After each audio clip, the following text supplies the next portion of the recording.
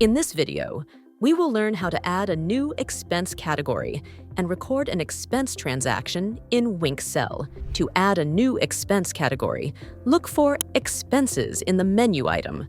On the top right, click on Add New Expense. Fill in the name and click Save. You can also search the expense categories using the search field. Now, to make an expense type transaction, go to the Cash Register interface. Select the transaction type as Payout. Select the Payment Mode.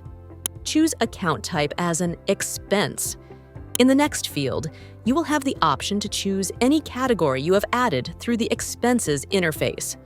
Fill in the Amount field. Add a note if applicable, and click Save. That's all. And to learn about other interfaces, please watch our other videos.